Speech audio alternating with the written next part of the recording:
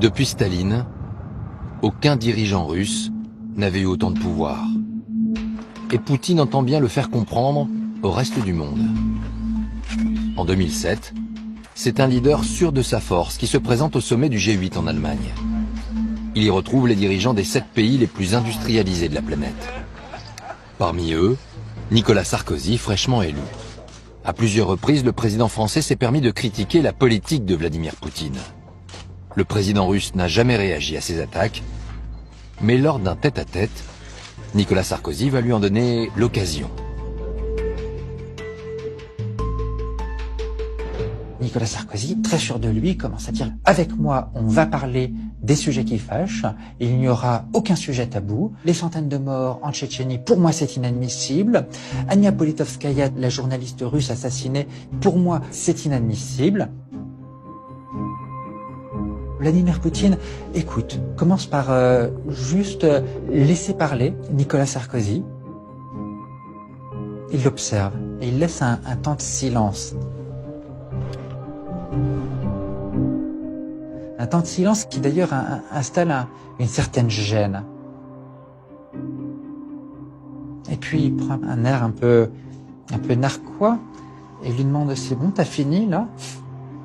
Sarkozy « Oui. » Bon, alors je vais t'expliquer. Tu vois, ton pays, il est comme ça. Mon pays, il est comme ça.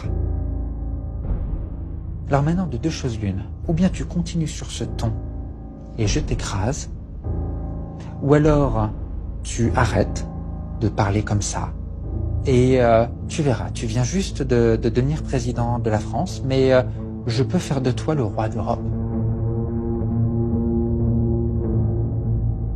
On m'a juste dit que son discours était ponctué d'insultes, de propos humiliants, de façon à vraiment imposer sa volonté à Nicolas Sarkozy. Et Nicolas Sarkozy va être juste éberlué. Il n'en vient pas. Et Nicolas Sarkozy va avoir du mal à s'en remettre.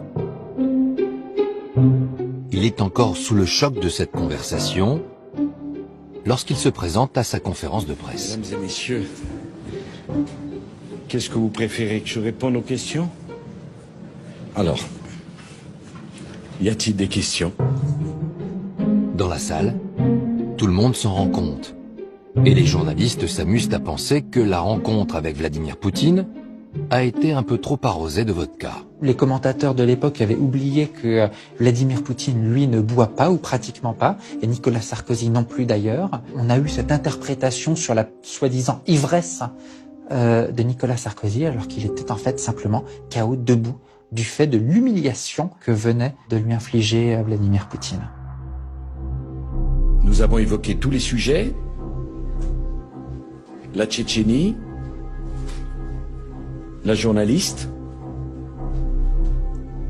les droits de l'homme, les droits des homosexuels.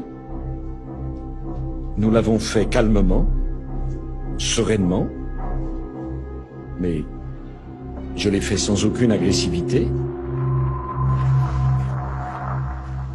Ce jour-là, Vladimir Poutine a montré au président français son autre visage.